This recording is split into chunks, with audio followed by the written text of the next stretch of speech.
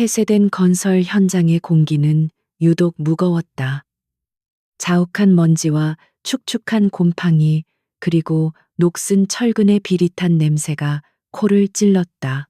707 특수임무대대 소속 한유진 대위는 거대한 콘크리트 구조물 뒤 가장 짙은 그림자 속에 몸을 숨기고 있었다. 그녀의 호흡은 훈련된 대로 깊고 고요했다. 버려진 석회 가마 근처에서 은밀한 거래가 이루어질 것이라는 첩보를 입수한 지 일주일. 오늘은 그 결전의 날이었다. 그녀의 임무는 명확했다. 육군 내부의 거대한 부패 세력 김태석 중령이 주도하는 불법 무기 밀매 현장을 급습하고 결정적인 증거를 확보하는 것. 유진은 위장 크림으로 뒤덮인 얼굴 위로 야간 투시경을 내렸다. 저 멀리 트럭 여러 대의 헤드라이트가 어둠을 가르며 현장으로 진입하는 것이 보였다. 심장이 묵직하게 울렸지만 그녀의 눈빛은 얼음장처럼 차가웠다. 김태석 중령은 군용 지프에서 내렸다. 그의 떡 벌어진 어깨와 오만한 표정은 그가 이 구역의 왕임을 노골적으로 드러냈다. 그는 자신을 호위하는 사설 용병들에게 몇 마디 지시를 내렸고 그들은 익숙하게 현장 주변에 도열했다. 유진은 초소형 카메라에 줌을 당겨 김태석의 얼굴을 포착했다. 저 얼굴이 바로 군의 명예를 더럽히는 암세포였다. 거래는 신속하게 진행되었다. 군용 트럭에서 내려진 상자들은 반대편에서 온 정체불명의 화물차로 옮겨졌다. 유진은 조심스럽게 구조물을 타고 이동하며 더 가까운 위치에서 그들의 대화를 녹음하기 시작했다. 이번 물건은 최상급이야. 다음 주 서해안 훈련에서 소실 처리될 예정이니 흔적도 남지 않을 걸세. 김태석의 비열한 목소리가 수신기를 통해 선명하게 들려왔다. 바로 그때였다. 유진이 발을 디딘 낡은 철제 빔이 미세하게 삐걱거리는 소리를 냈다. 소리는 크지 않았지만 훈련된 용병의 귀를 속일 수는 없었다. 거기 누구야? 날카로운 외침과 동시에 총구가 그녀가 숨어 있던 방향으로 향했다. 유진은 즉시 몸을 날려 반대편으로 굴렀다. 총알이 방금 전까지 그녀가 있던 콘크리트 벽을 스치며 불꽃을 튀겼다. 빌어먹을 유진은 낮게 욕설을 내뱉으며 자동 권총을 뽑아들었다. 이미 현장은 아수라장이 되었다. 용병들이 사방에서 그녀를 향해 포위망을 좁혀왔다. 그녀는 어둠을 방패 삼아 움직이며 정확한 사격으로 그들의 발을 묶었다. 707 최정예 요원인 그녀의 움직임은 유령처럼 빠르고 치명적이었다. 하지만 상대는 숫자가 너무 많았다. 김태석 중령은 지프 뒤에 숨어 이 광경을 불쾌한 듯 지켜보고 있었다. 웬 쥐새끼 하나가 기어들었군. 당장 잡아 그의 명령에 용병들은 더욱 거세게 유진을 몰아붙였다. 유진은 엄폐물 사이를 오가며 2명을 더 제압했지만 등 뒤에서 날아온 테이저건의 전기 충격을 피하지 못했다.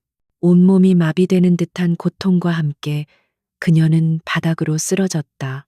용병들이 거칠게 그녀를 끌고 김태석 앞으로 내던졌다. 유진은 이를 악물고 고개를 들었다. 야간 투시경과 위장 크림 때문에 그녀의 얼굴은 제대로 보이지 않았지만 그 형형한 눈빛만은 숨길 수 없었다. 김태석은 군홧발로 그녀의 어깨를 짓밟으며 비웃었다. 고작 계집 하나였나. 감히 누굴 방해하려 들어. 그는 유진의 몸에서 소형 카메라와 녹음기를 빼앗아 바닥에 내던지고는 가차없이 짓밟아 부쉈다. 증거는 사라졌다. 김태석은 만족스러운 듯 담배에 불을 붙였다. 이 바닥에선 호기심이 목숨을 재촉하는 법이지. 넌 너무 많은 것을 봤어. 그의 목소리에는 일말의 망설임도 없었다. 그는 유진을 그저 귀찮은 벌레 정도로 취급했다. 유진은 마비된 몸을 움직이려 애썼지만 전기의 여파는 생각보다 오래갔다. 그녀는 속으로 자신의 실수를 책망했다. 너무 깊이 들어왔다. 하지만 동시에 그녀의 머리는 이 절체절명의 순간에도 탈출 계획을 수립하기 시작했다. 그녀의 아버지가 늘 말씀하셨다. 진짜 특수부대원은 마지막 1초까지 포기하지 않는다. 김태석은 주변을 둘러보았다. 그의 시선은 현장 한쪽에 세워진 거대한 콘크리트 믹서 트럭에 멎었다. 트럭은 방금 전 작업 준비를 위해 시동이 걸려 있었고 거대한 드럼이 굉음을 내며 천천히 회전하고 있었다. 그는 마치 아주 재미있는 농담을 떠올린 사람처럼 잔인하게 웃었다. 이런 증거를 완벽하게 인멸할 방법이 필요하겠군. 그는 턱짓으로 유진을 가리켰다. 그의 부하들은 그가 무엇을 의미하는지 즉시 알아차렸다. 그들의 얼굴에도 비열한 미소가 번졌다. 유진의 심장이 차갑게 가라앉았다. 저것이 바로 그가 선택한 처리 방식이었다. 인간을 산채로 콘크리트와 섞어버리겠다는 뜻이었다. 김태석은 담배 연기를 길게 내뿜으며 마치 쓰레기를 버리라는 듯 무심하게 명령했다. 전연적이 돌아가는 콘크리트 믹서 트럭에 던져 넣어버려. 그 명령은 현장의 소음 속에서도 끔찍할 정도로 선명하게 울려 퍼졌다. 그는 자신이 방금 누구에게 사형 선고를 내렸는지 전혀 알지 못했다. 그는 몰랐다. 지금 자신이 쓰레기 취급하며 산채로 매장하려 하는 이 여자가 대한민국 군부에서 가장 강력한 권력을 지닌 두 장군의 외동딸이라는 사실을 707 특수임무대대를 지휘하는 이성 장군, 이선화 장군과 합참의 핵심 요직에 있는 삼성 장군, 한민규 장군의 유일한 딸 한유진 대위라는 것을.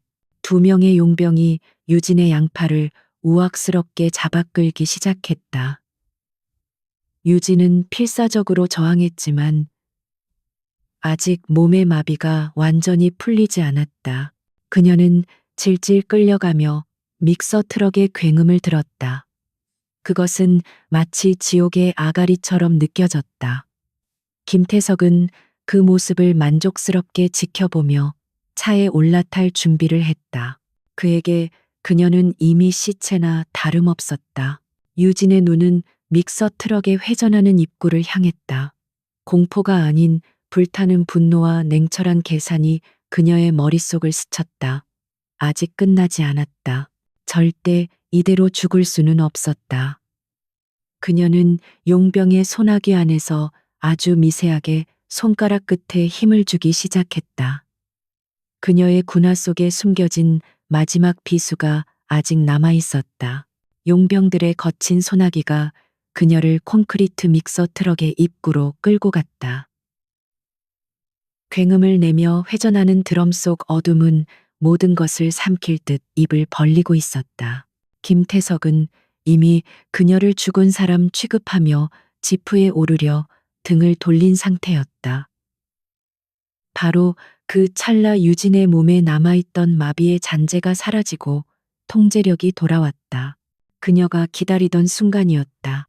용병 하나가 그녀를 들어 올리려 허리를 숙이는 순간 유진은 용수철처럼 몸을 틀었다. 그녀의 오른발 군화 뒤축에서 날카로운 비수가 튀어나왔다. 그녀는 그 칼날을 왼쪽 용병의 허벅지 대퇴동맥이 지나는 지점을 향해 망설임 없이 깊숙이 찔러넣고 돌렸다. 크악 비명 소리와 함께 용병이 쓰러지며 피를 분수처럼 뿜었다. 동시에 유진은 남은 오른쪽 용병의 목을 향해 팔꿈치를 쳐올렸다. 뼈가 부서지는 둔탁한 소리와 함께 용병은 숨이 막힌 소리를 내며 뒤로 낮아 빠졌다. 모든 것이 1초 만에 일어났다. 갑작스러운 사태에 김태석과 나머지 용병들은 얼어붙었다. 그들의 눈앞에서 죽은 목숨이었던 여자가 순식간에 2명의 중무장한 용병을 무력화시킨 것이다. 전연이 김태석이 당황하며 허리춤에 권총을 뽑아 들었다. 하지만 유진은 그보다 빨랐다. 그녀는 이미 쓰러진 용병의 몸을 방패 삼아 어둠 속으로 몸을 굴렸다. 쏴 당장 쏴. 김태석의 고함 소리와 함께 총알이 빗발쳤다. 총탄이 콘크리트 바닥과 철근 더미에 부딪히며 사방으로 불꽃을 튀겼다. 유진은 숨을 헐떡이며 거대한 파이프 더미 뒤에 몸을 숨겼다. 등과 어깨가 테이저건의 충격으로 여전히 욱신거렸지만 아드레날린이 고통을 잊게 했다. 그녀는 자신이 왜 이곳에 왔는지, 무엇을 지켜야 하는지 잊지 않았다. 그녀는 전투복 벨트 안쪽에 숨겨둔 방수 처리된 초소형 주머니를 확인했다. 잡히기 직전 카메라에서 빼내어 손바닥에 숨겼던 마이크로 SD 카드. 김태석의 모든 범죄 증거가 담긴 핵심이었다. 용병들의 발소리가 가까워지고 있었다. 그들은 흩어져서 포위망을 좁혀왔다. 이대로 싸우는 것은 자살행위였다. 그녀에게 필요한 것은 탈출로였다. 유진은 어둠 속에서 눈을 가늘게 떴다. 저쪽 잡초와 쓰레기 더미로 반쯤 가려진 낡은 배수터널 입구가 보였다. 유일한 희망이었다. 그녀는 근처에 있던 쇠파이프 조각을 집어 반대편으로 힘껏 던졌다. 탕 쇠붙이가 드럼통에 부딪히는 날카로운 소리가 울렸다. 저쪽이다.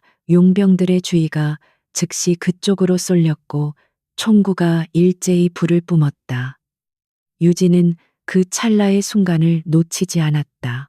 그녀는 짐승처럼 낮은 포복으로 달려가 배수 터널의 어둠 속으로 몸을 미끄러뜨렸다. 찾았나? 잠시 후 김태석이 초조하게 외쳤다. 용병들은 쇠파이프가 떨어진 곳을 샅샅이 뒤졌지만 아무것도 발견하지 못했다. 없습니다. 중령님, 그리고 이놈은 과다출혈로 죽었습니다. 한 용병이 유진의 칼에 맞은 동료를 확인하고 보고했다. 김태석의 얼굴이 분노와 알 수 없는 불안감으로 일그러졌다. 그는 방금 자신이 저지른 실수의 무게를 깨닫기 시작했다. 저 여자는 단순한 쥐새끼가 아니었다. 보통 군인도 아니었다. 저런 치명적인 기술과 판단력은 최정예 특수부대에서나 볼 수 있는 것이었다. 당장 전현이 누군지 알아내 군 내부망이든 경찰이든 모든 수단을 동원해 김태석은 포효했다. 그는 아까 자신이 명령했던 콘크리트 믹서 트럭을 노려보았다. 그는 비밀을 묻으려 했지만 오히려 유령을 풀어준 꼴이 되었다. 그는 부상당한 여자가 멀리 가지 못했을 것이라 판단했다. 이 일대 전부 봉쇄에 개미 새끼 한 마리도 빠져나가지 못하게 샅샅이 뒤져 무슨 수를 써서든 전현을 찾아내 죽여서라도 데려와. 그의 목소리는 이성을 잃은 듯 절박했다. 그의 거대한 밀매 제국 전체가 이제 이름 모를 한 여자의 손에 달리게 되었다. 한편 유진은 악취가 진동하는 배수터널 안을 기어가고 있었다.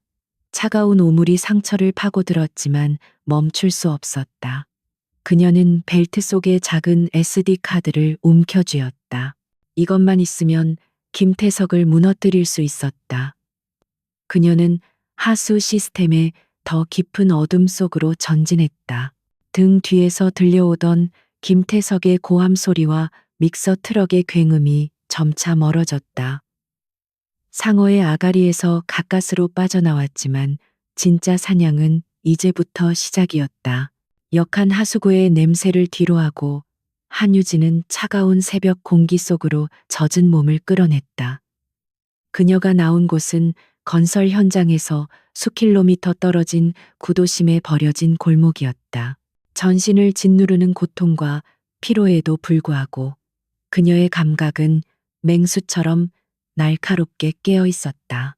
가로등 불빛과 CCTV의 사각지대만을 골라 이동하는 그녀의 발걸음에는 소리가 없었다. 그녀는 도시의 그림자 속으로 완벽하게 스며들었다. 30분을 더 이동했을까? 그녀는 낡고 허름한 다세대 주택 앞에 멈춰섰다. 이곳은 707 부대원들 중에서도 극소수만이 아는 비공식 안전가옥이었다. 복잡한 패턴의 잠금 장치를 해제하고 삐걱거리는 문을 열고 들어선 순간 그녀는 긴장의 끈을 겨우 놓았다. 안전가옥 내부는 겉모습과 달리 최신 보안 장비와 의료시설이 갖춰진 무균실에 가까웠다. 유진은 피와 오물로 뒤범벅이 된 전투복을 벗어던졌다. 테이저건에 맞은 어깨와 등에는 선명한 화상 자국이 남아 있었고 격투 과정에서 생긴 타박상들이 온몸에 푸른 멍을 그리고 있었다. 그녀는 즉시 샤워부스로 들어가 상처에 스미는 고통을 참아내며 몸을 씻었다. 뜨거운 물줄기 아래에서 그녀는 김태석의 마지막 명령을 떠올렸다. 콘크리트 믹서 트럭에 던져 넣어. 그것은 단순한 살이가 아니었다. 상대를 인간으로 조차 보지 않는 벌레를 처리하는 듯한 절대적인 오만함이었다. 그 오만함이 유진의 가슴 속에 차가운 분노의 불씨를 심었다. 그녀는 단순한 복수가 아니라 저 거대한 부패의 뿌리를 뽑아내야 한다고 다짐했다. 샤워를 마친 그녀는 능숙한 솜씨로 자신의 상처를 치료했다. 소독약을 붓고 깊게 찢어진 팔뚝에는 의료용 스테이플러를 박았다. 고통의 신음소리 하나 내지 않는 그녀의 얼굴은 강철처럼 단단했다. 모든 응급처치가 끝나자 그녀는 방수 주머니에서 목숨처럼 지켜낸 SD 카드를 꺼냈다. 그것은 김태석의 목줄이었다. 안전가옥 내 군용 보안 노트북에 SD 카드를 삽입했다. 노트북은 외부 인터넷과 완벽하게 차단된 일명 에어갭 상태였다. 다행히 데이터는 손상되지 않았다.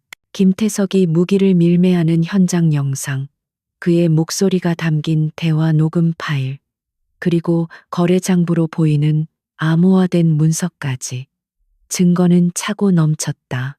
하지만 유진은 즉시 상부에 보고할 수 없다는 것을 직감했다. 김태석이 그토록 노골적으로 심지어 같은 군인을 콘크리트로 처리하라고 명령할 수 있었던 것은 그가 혼자가 아니라는 뜻이었다. 그의 등 뒤에는 이 모든 것을 묵인하거나 어쩌면 적극적으로 비호하는 더 거대한 세력이 존재할 것이 분명했다. 그녀는 군 지휘 체계를 떠올렸다.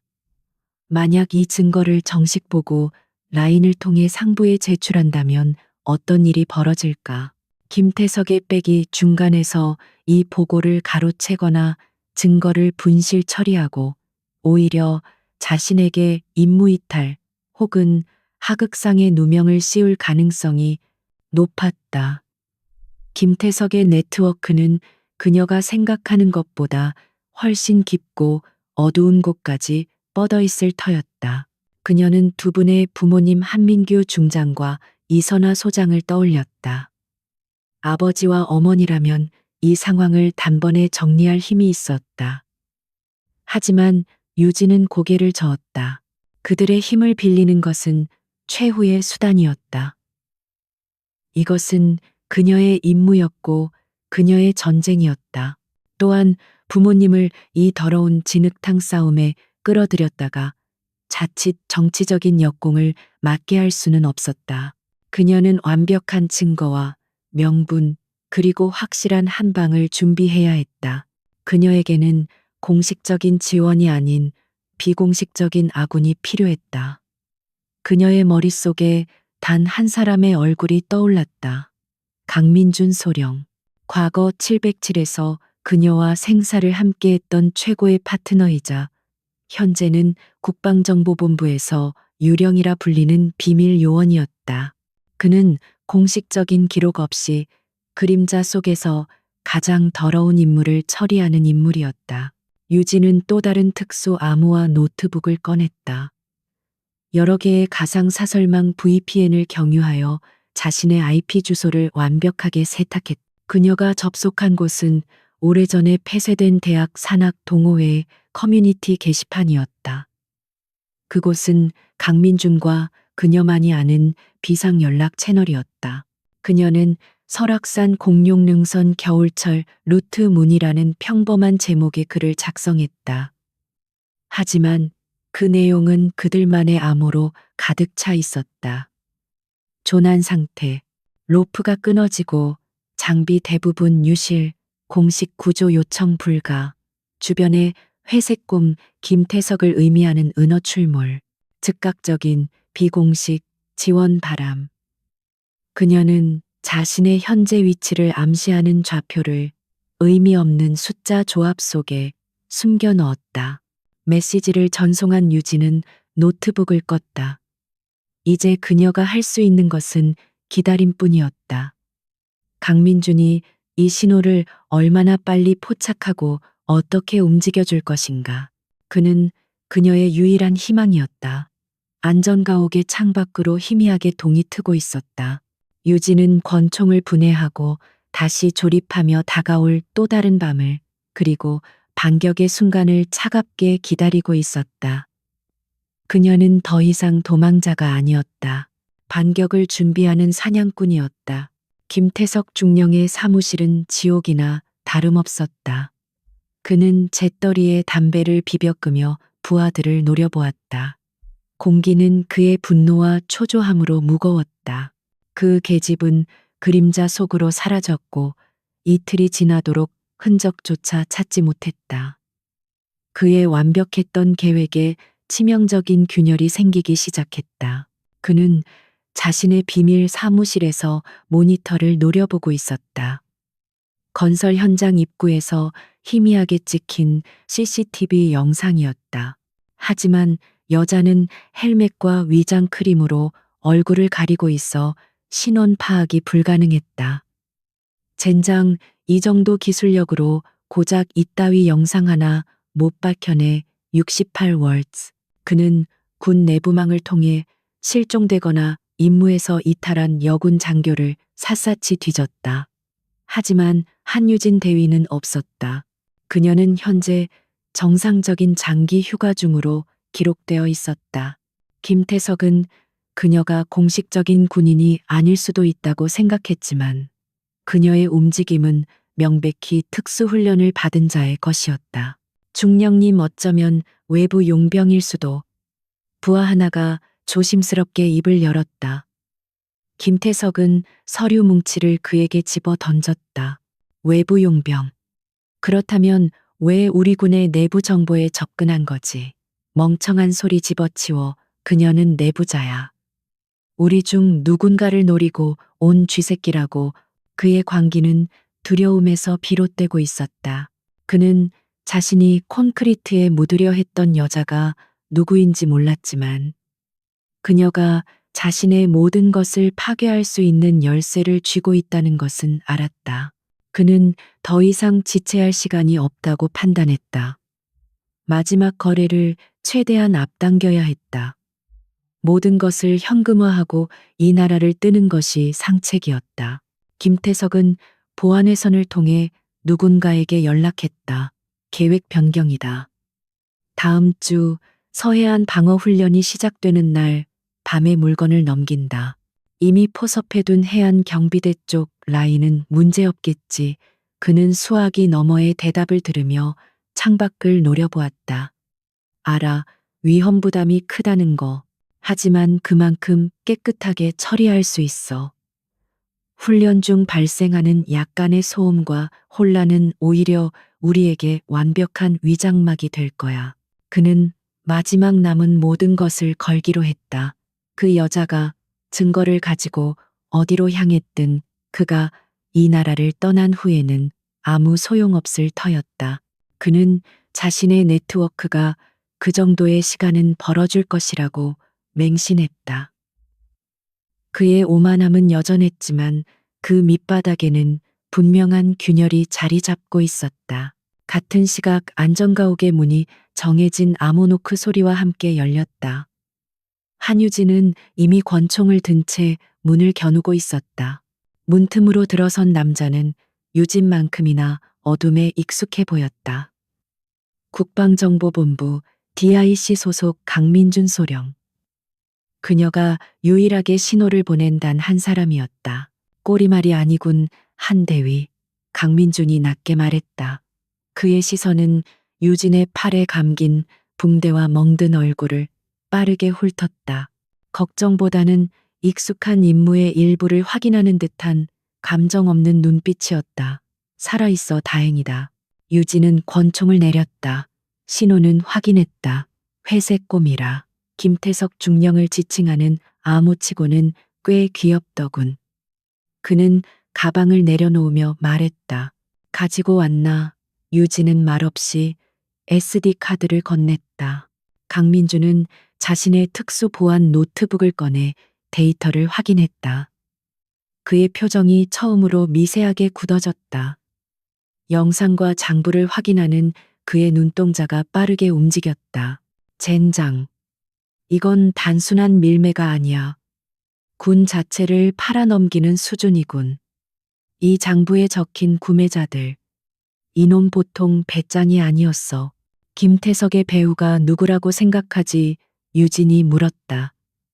그녀는 상처를 소독하며 물었다. 강민주는 모니터에서 눈을 떼지 않았다. 자네가 생각하는 것보다 훨씬 위다. 지금 이 증거를 정식 라인에 올리면 우린 24시간 안에 사고로 위장되어 사라질 거다. 김태석은 꼬리에 불과해. 김태석은 지금 미친 개처럼 날 찾고 있어. 동시에 마지막 한탕을 준비 중일 거야. 꼬리가 길면 잡히니까. 유진이 상황을 분석했다.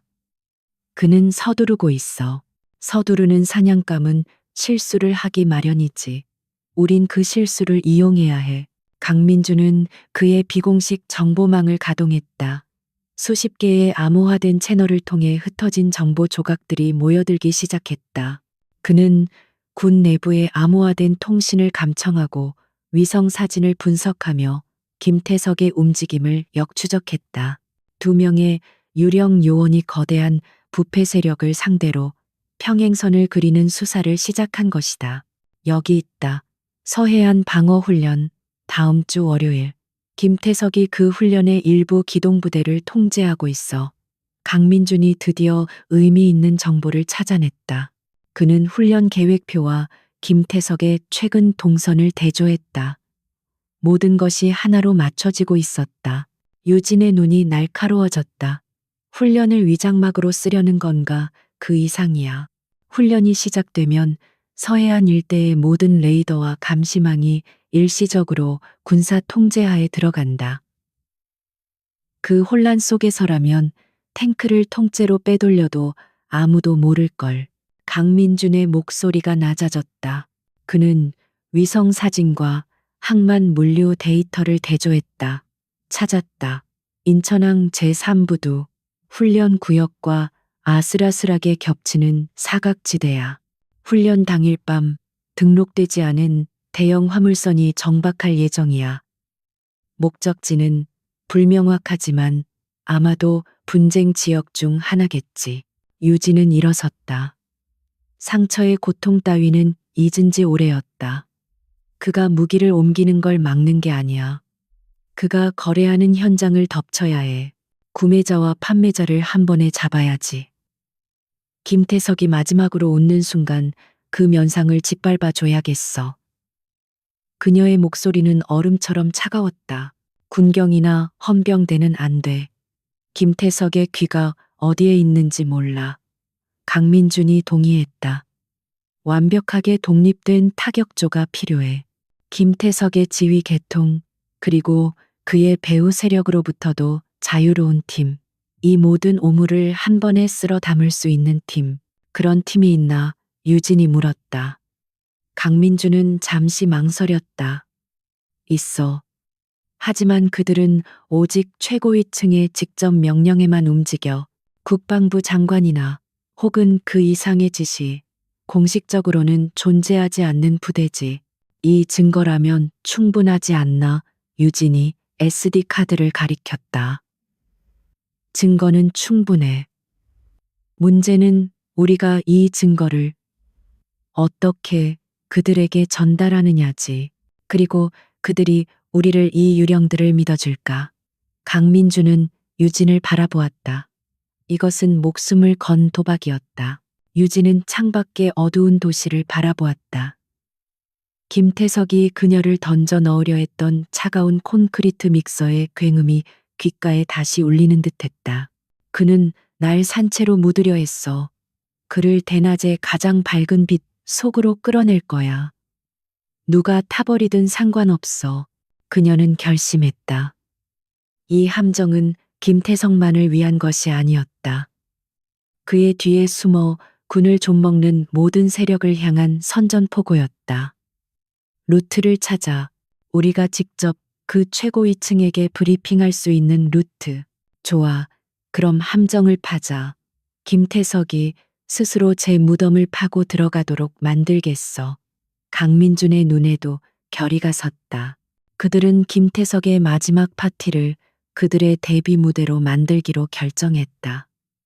두 명의 유령이 거대한 사냥을 계획하기 시작했다. 그들은 김태석의 계획을 역이용하여 그의 마지막 거래 현장을 지옥으로 만들 준비를 하고 있었다.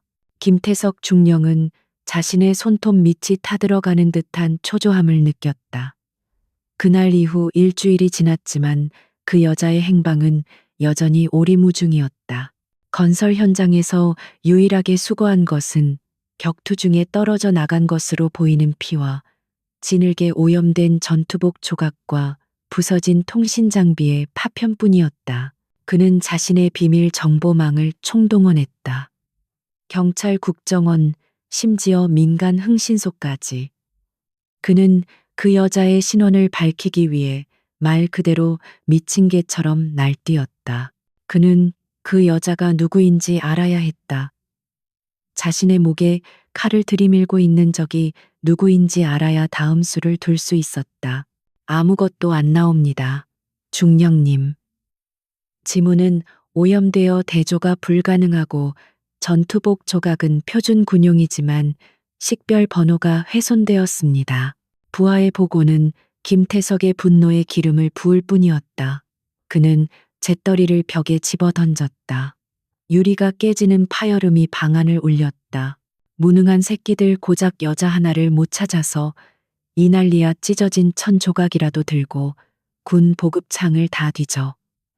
그 헬멧, 그 전투 장비 분명히 어딘가 등록된 물건일 거다. 그는 소리를 질렀다. 그의 이성은 공포에 잠식당하고 있었다. 마지막 거래일은 코앞으로 다가오고 있었다. 그의 부하 중 가장 영악하고 정보에 밝은 박하사가 부서진 통신 장비 파편을 유심히 살폈다. 그것은 표준 보급품처럼 보였지만 내부 회로의 일부가 미묘하게 달랐다.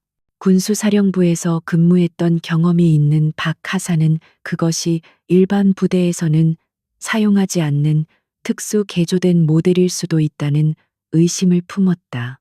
중령님, 혹시 이 장비 제가 아는 비공식 루트를 통해 한번 확인해 봐도 되겠습니까? 군수사령부 쪽에 아직 제 끈이 남아 있습니다. 정식 절차가 아니라서 위험 부담이 좀 있지만 박하사가 조심스럽게 입을 열었다. 김태석은 붉게 충혈된 눈으로 그를 노려보았다. 위험, 지금 내 목숨이 경각에 달렸어. 당장 알아봐. 무슨 수를 써서든. 박하사는 그날 밤 군의 공식 기록망을 우회하여 폐쇄된 서버에 접속했다. 그는 훼손된 장비의 시리얼 넘버 조각들을 조합하고 복원하여 시스템에 입력했다. 수십만 개의 장비 목록이 스쳐 지나갔다. 대부분 불일치 판정이 떴다. 그가 거의 포기하려던 순간 단 하나의 파일이 화면에 떠올랐다. 박하사의 얼굴이 하얗게 질리기 시작했다. 그의 손이 미세하게 떨렸다. 그는 자신의 눈을 의심하며 몇 번이고 화면을 다시 확인했다. 시리얼 넘버는 하나의 특정 부대를 지목하고 있었다. 대한민국 육군 특수전사령부 제707 특수임무대대 100호 부대. 최정예 중에 최정예. 하지만 그것이 끝이 아니었다. 박하사의 등줄기에 식은땀이 흘렀다. 그 장비의 보급 및 관리 책임자, 그리고 긴급 연락망으로 등록된 이름. 그 이름은 김태석 중령 같은 일개 야전 장교는 감히 입에 담을 수도 없는 존재의 것이었다. 이선화 소장, 현 707 특수임무대 대장이자 군 내부에서 철의 여인이라 불리는 인물. 그녀는 군 역사상 몇 안 되는 여성 장군 중 한 명이었을 뿐만 아니라 그 능력과 카리스마로 정군의 막강한 영향력을 행사하는 실세 중의 실세였다.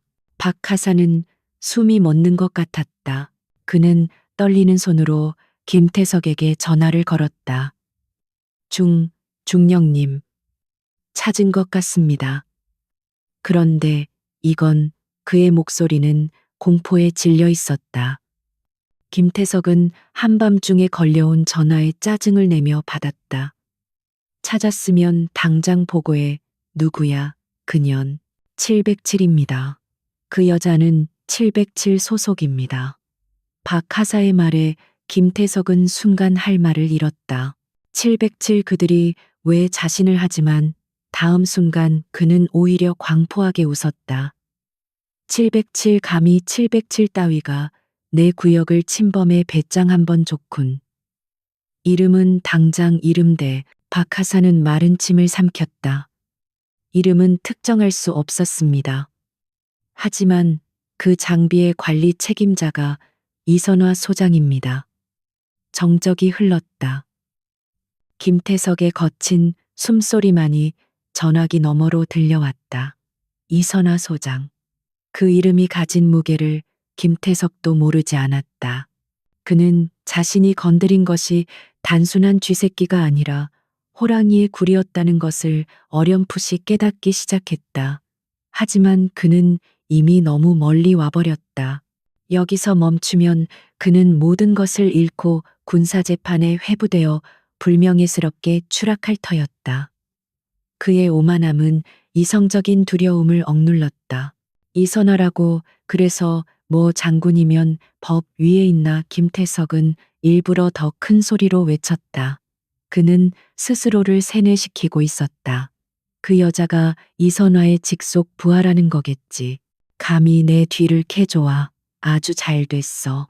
장군의 부하를 처리하면 그 장군도 입을 다물 수밖에 없을 테니까.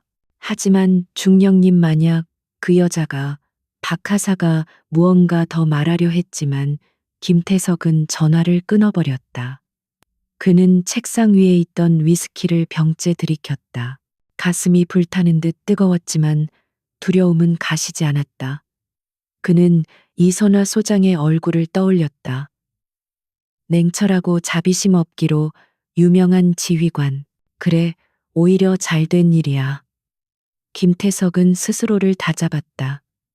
그는 마지막 거래만 성공시키면 막대한 현금을 쥐고 해외로 도피할 수 있었다. 이선화 소장이라도 국제 범죄자가 된 자신을 쫓아올 수는 없을 터였다. 그는 부하들에게 마지막 지시를 내렸다. 서해안 계획 예정대로 진행한다. 감시망을 2배로 늘려. 그리고 707의 움직임을 주시해. 특히 이선화 소장 라인. 만약 그들이 움직이면 그땐 우리도 수단을 가리지 않는다. 그는 이미 돌아올 수 없는 강을 건넜다. 그는 장군을 상대로 도박을 걸기로 결심했다. 그는 몰랐다. 자신이 이선화의 부하라고 단정한 그 여자가 사실은 이선화 소장의 하나뿐인 딸이라는 것을.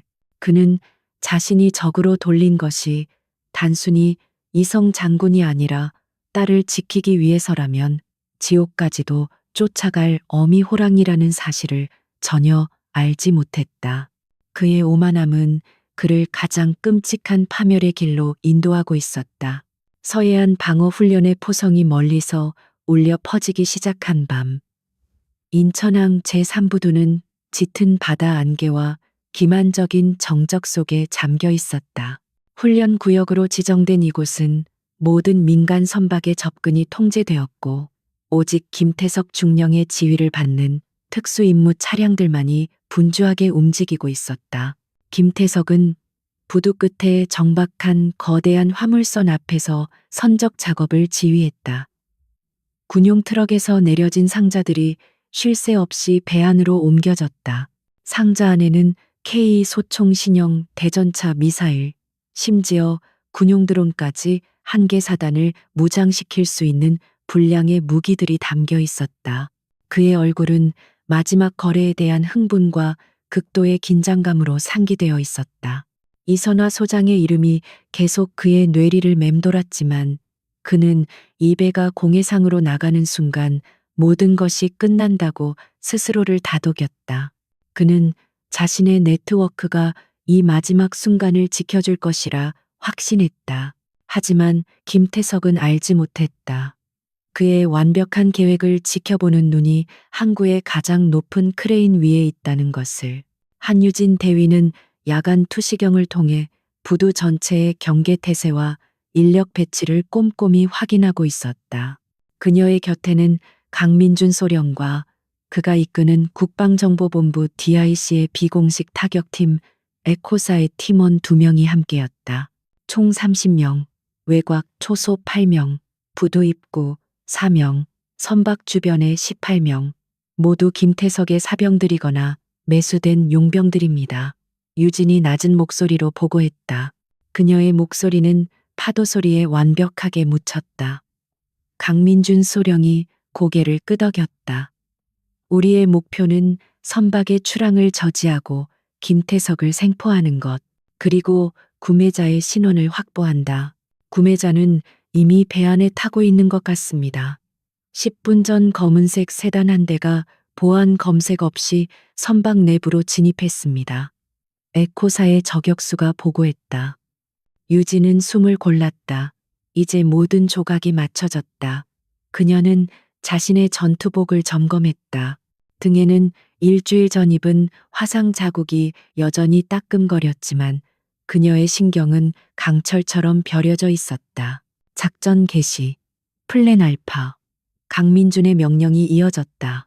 저격수가 크레인 위에서 가장 먼저 항구의 조명탑 제어 장치를 향해 소음총을 발사했다. 퍽 하는 소리와 함께 부두를 밝히던 거대한 조명 몇 개가 동시에 꺼지며 짙은 어둠이 내렸다. 뭐야, 무슨 일이야? 김태석의 부하들이 당황하며 소리쳤다. 혼란을 틈타 유진과 강민준, 그리고 남은 한 명의 요원이 크레인에서 와이어를 타고 지상으로 소리 없이 하강했다. 그들은 그림자 속으로 스며들어 컨테이너 더미를 방패 삼아 움직였다. 김태석의 용병들이 조명을 복구하려 흩어지는 순간 유진의 팀은 그들의 배후를 급습했다. 유진의 움직임은 춤을 추는 듯 유려하고 치명적이었다. 그녀는 소음 권총과 전투 단검을 이용해 용병들을 하나씩 제압해 나갔다. 목이 꺾이는 둔탁한 소리, 숨이 막히는 짧은 신음소리가 어둠 속에서 간헐적으로 터져 나왔다. 그녀는 일주일 전 자신을 계집이라 부르며 콘크리트 믹서에 던지려 했던 자들에 대한 분노를 냉철한 살기로 승화시켰다. 강민준과 에코사 요원 역시 무자비했다. 그들은 군의 암세포를 도려내는 외과 의사처럼 김태석의 수족들을 정확하고 신속하게 잘라냈다. 불과 5분 만에 부두 외곽의 경계망은 완전히 무력화되었다. 김태석은 선박의 갑판 위에서 무전기로 고함을 치고 있었다. 무슨 일인지 보고해, 당장. 하지만 그의 무전기에서는 지지직거리는 소음 외에 아무런 대답도 들려오지 않았다. 그때 마지막 남은 조명탑이 터지며 부두는 완벽한 암흑에 휩싸였다. 김태석은 본능적인 위협을 느끼고 권총을 뽑아들었다. 전원 전투태세 적이다. 적의 침입이다. 바로 그 순간 유진이 컨테이너 더미 위에서 몸을 날려 그의 앞을 가로막았다. 그녀는 위장 크림을 바른 얼굴로 어둠 속에서도 형형하게 빛나는 눈으로 김태석을 노려보았다. 오랜만이군, 김태석 중령. 콘크리트 맛은 좀 봤나? 그녀의 목소리는 차갑게 울렸다. 김태석은 자신의 눈앞에 나타난 여자가 일주일 전 그 현장에서 도망쳤던 그년이라는 것을 즉시 깨달았다. 공포와 분노가 뒤섞인 표정으로 그가 소리쳤다. 네, 내년이 감히 여기까지. 그는 유진을 향해 미친 듯이 방아쇠를 당겼다. 유진은 이미 그의 총구가 향하는 방향을 예측하고 몸을 굴렸다.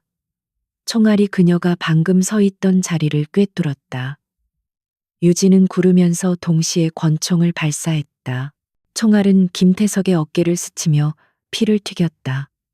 크악. 김태석이 비명을 질렀지만 그는 군인이었다. 그는 고통을 참고 유진을 향해 다시 총을 겨누었다. 두 사람 사이에 치열한 총격전이 벌어졌다. 컨테이너와 화물 상자들을 엄폐물 삼아 서로의 목숨을 노렸다. 김태석의 남은 부하들이 유진을 향해 몰려들었지만 그들은 모두 강민준과 에코사팀의 정확한 저격에 쓰러졌다.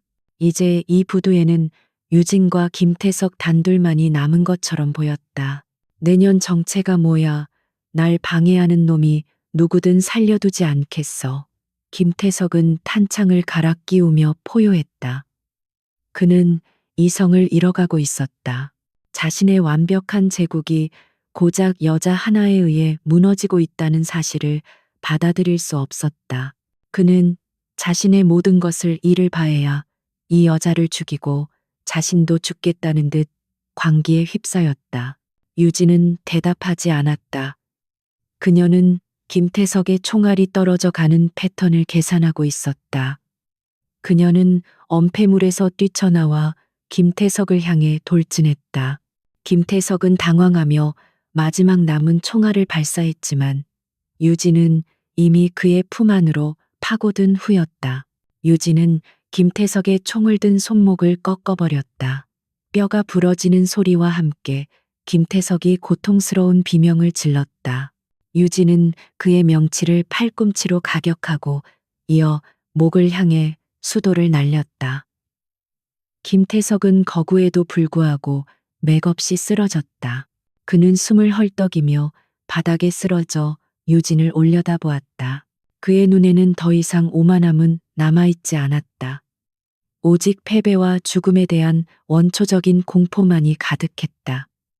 유진은 그의 가슴팍에 군화발을 올리고 그를 내려다보았다. 넌 날 벌레 취급했지. 하지만 넌 네가 만든 오물 속에서 기어다니는 구더기에 불과했어. 살려줘. 김태석이 피를 토하며 애원했다. 넌 네가 원하는 건 뭐든 가질 수 있어. 돈을 주지. 제발. 목숨만은. 그의 비굴한 모습은 일주일 전 믹서 트럭에 던져 넣으라고 명령하던 그 오만한 중령의 모습과는 거리가 멀었다. 유진은 그의 얼굴에 차갑게 침을 뱉었다. 내 목숨은 내 것이 아니야. 넌 네가 더럽힌 군복의 대가를 치러야지. 그녀는 김태석의 양손을 케이블 타이로 단단히 묶었다. 강민준과 요원들이 배 안에서 구매자로 보이는 외국인들과 관련 서류들을 확보하고 나오는 것이 보였다. 모든 것이 끝났다고 생각한 순간이었다. 쓰러져 있던 김태석이 숨겨두었던 마지막 발악을 했다. 그는 발목에 숨겨둔 소형 폭탄의 스위치를 눌렀다. 그는 유진을 죽일 수는 없었지만 이 배와 모든 증거를 함께 수장시킬 생각이었다. 다 같이 죽는 거야. 삐삐삐. 선박의 엔진실에서 날카로운 경고음이 울리기 시작했다. 배 전체가 격렬하게 흔들렸다. 폭탄이 설치된 곳은 배의 가장 취약한 지점이었다. 젠장배가 침몰한다. 강민준이 소리쳤다. 모두 당장 배에서 내려. 유진은 김태석을 끌고 부두로 뛰어내렸다. 그들이 육지에 발을 디딘 순간 거대한 화물선은 굉음과 함께 두 동강 나며 차가운 바닷속으로 가라앉기 시작했다. 김태석은 자신의 마지막 계획마저 실패하자 절망적인 비명을 질렀다. 유진은 가라앉는 배를 말없이 바라보았다. 그녀의 임무는 끝났다. 하지만 그녀는 알 수 없는 불안감을 느꼈다. 김태석은 잡았지만 그의 배후는 여전히 안개 속에 가려져 있었다. 그때 부두 저편에서 수십 대의 군용 트럭 헤드라이트가 일제히 그들을 향해 켜졌다. 움직이지 마라. 무기를 버려 확성기를 통해 울리는 위압적인 목소리.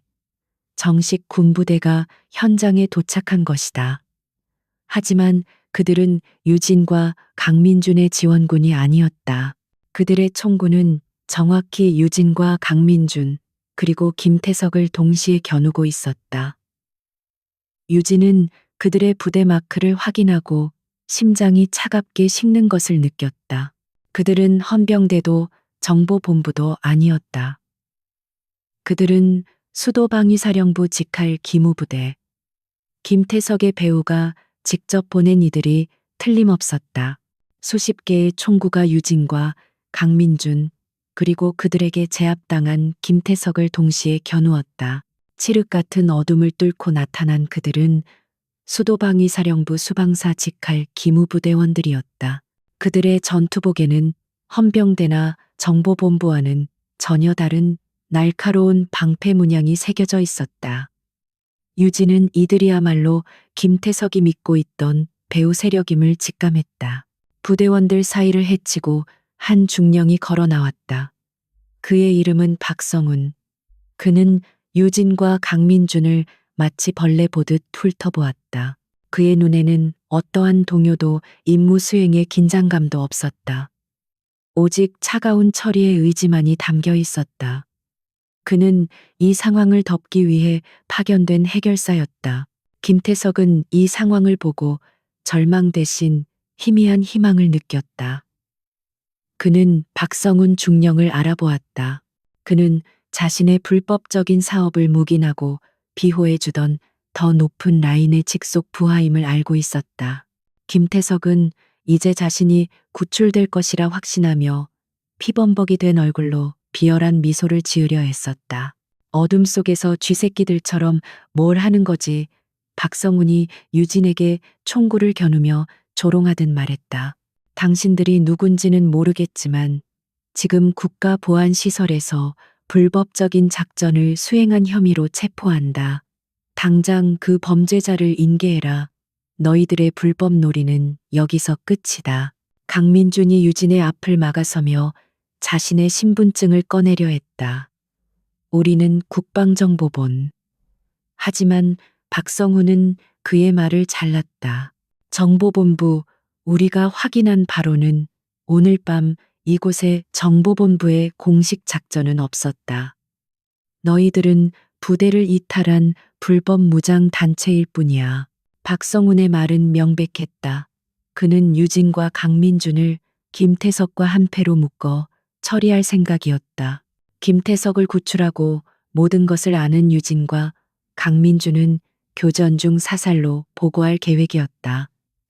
유진은 김태석의 멱살을 쥔 손에 더욱 힘을 주었다.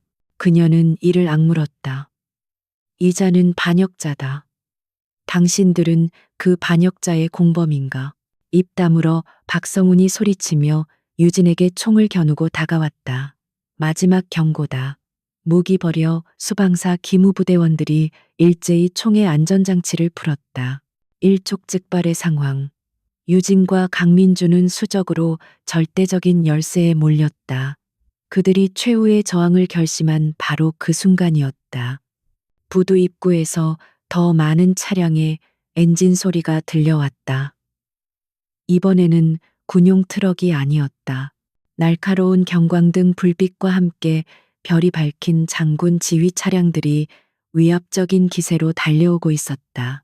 그 차량들은 기무 부대원들의 포위망을 아무렇지 않게 뚫고 들어와 일행 앞에 멈춰 섰다.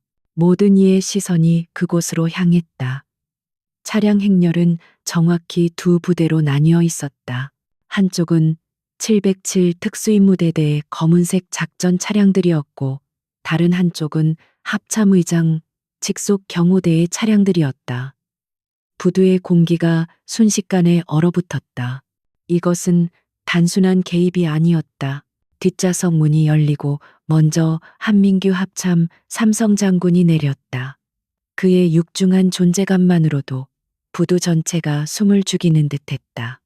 그의 눈은 불타는 분노로 이글거렸다. 이어서 조수석에서는 이선화 707 대대장 이성 장군이 내렸다. 그녀의 냉철하고 자비 없는 시선은 곧장 총구의 한가운데에 서 있는 딸 유진에게로 향했다. 박성훈 중령의 얼굴은 백지장처럼 하얘졌다. 그는 자신이 지금 누구를 상대로 총을 겨누고 있었는지 깨달았다. 그는 허둥지둥 총을 내리고 경례를 붙이려 했다.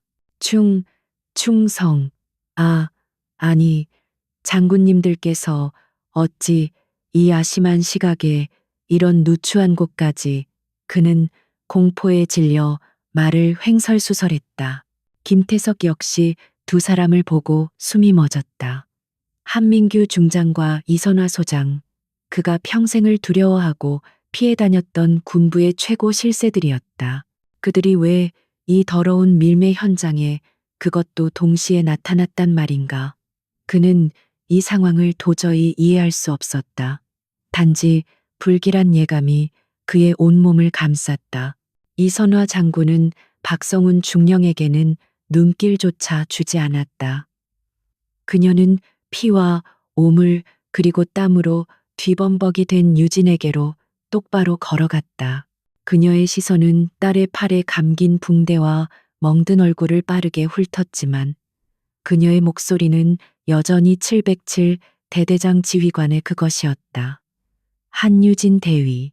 유진은 부상당한 몸을 이끌고 간신히 차렷 자세를 취하며 가장 우렁찬 목소리로 경례했다. 대위 한유진 임무 보고 드립니다. 국가반역사범 주동자 김태석 중령 신병 확보 완료했습니다. 그녀의 목소리는 부두 전체에 울려 퍼졌고 조금의 떨림도 없었다. 바로 그 순간 김태석의 뇌리에 유진의 이름이 천둥처럼 밝혔다. 한유진 대위. 그리고 그의 눈은 자신을 경멸하며 바라보는 한민규 장군과 얼음장 같은 표정의 이선화 장군을 번갈아 보았다. 한시성의 삼성 장군, 그리고 그의 아내이자 707의 지휘관인 이성 장군. 그들의 유일한 딸. 모든 퍼즐 조각이 맞춰지는 순간 김태석의 머릿속이 하얗게 변했다. 그는 자신이 계집 쓰레기 취급하며 전연적이 돌아가는 콘크리트 믹서 트럭에 던져 넣어버려 라고 명령했던 그 여자가 대한민국 군부에서 가장 강력한 권력을 지닌 두 장군의 외동딸이었다는 사실을 깨달았다. 그는 웃음을 터뜨리기 시작했다. 공포가 극에 달해 이성이 완전히 마비되어 버린 미친 사람의 광기 어린 웃음이었다. 콘크리트, 믹서, 하하하, 707, 내가 감히 누굴 건드린 거야. 그는 픽거품을 물고 중얼거리다. 결국 바닥에 쓰러져 의식을 잃었다. 그가 마지막으로 본 것은 자신을 벌레보다도 못하게 내려다보는 한민규 장군의 눈빛이었다. 한민규 장군은 쓰러진 김태석에게서 시선을 돌려 사색이 된 박성훈 중령을 바라보았다. 그의 목소리는 조용했지만 그 어떤 포성보다도 무겁게 울렸다. 박성훈 중령, 자네가 왜 수방사 기무부대를 이끌고 합참 직할의 대테러 작전 현장을 방해하고 있는지 설명해 보겠나. 박성훈은 입술만 달싹일 뿐 아무 말도 하지 못했다. 그는 모든 것이 끝났음을 알았다. 당신과 당신 부대원 전원은 지금 이 시간부로 직위 해제 및 무장 해제한다. 한민규 장군이 선언했다. 국가반역죄 방조 및 증거인멸 교사 혐의로 긴급 체포한다. 한 장군의 명령에 707 헌병들이 일제히 움직였다. 조금 전까지 유진을 위협하던 오만한 수방사 기무부대원들은 저항 한번 못하고 무장해제당하며 바닥에 꿀려졌다. 거대한 부패의 사슬이 마침내 그 모습을 드러내고 끊어지는 순간이었다. 강민준 소령이 한민규 장군에게 다가가 경례했다. 국방정보본부 강민준 소령입니다. 한유진 대위의 비공식 요청으로 작전을 지원했습니다. 한 장군은 그의 어깨를 강하게 두드렸다. 수고했네, 강소령. 자네의 유령팀이 아니었다면 이 암세포를 도려내기 힘들었을 거야. 모든 것은 공식적인 절차로 기록될 걸세. 의무병들이 달려와 유진의 상태를 살폈다. 그때까지 딸에게서 시선을 떼지 않고 있던 이선화 장군이 다가왔다. 그녀는 자신의 어깨에 걸치고 있던 별 2개가 선명한 지휘관용 담요를 유진의 어깨에 덮어주었다. 잘 싸웠다, 딸. 그녀의 목소리에는 지휘관이 아닌 어머니로서의 미세한 떨림이 담겨 있었다. 유진은 그제야 모든 긴장이 풀리는 것을 느끼며 어머니의 품에 살짝 기댔다. 보고 완료했습니다. 그녀는 짧게 속삭이고는 지독했던 피로감에 눈을 감았다. 몇 주 후 대한민국 군부는 발칵 뒤집혔다. 김태석 중령의 밀매 사건은 시작에 불과했다. 그의 배우였던 수방사 사령관을 비롯한 고위 장성들과 그들과 결탁한 정치권 인사들까지 줄줄이 체포되었다. 군의 가장 어둡고 깊었던 환부가 마침내 도려내진 것이다.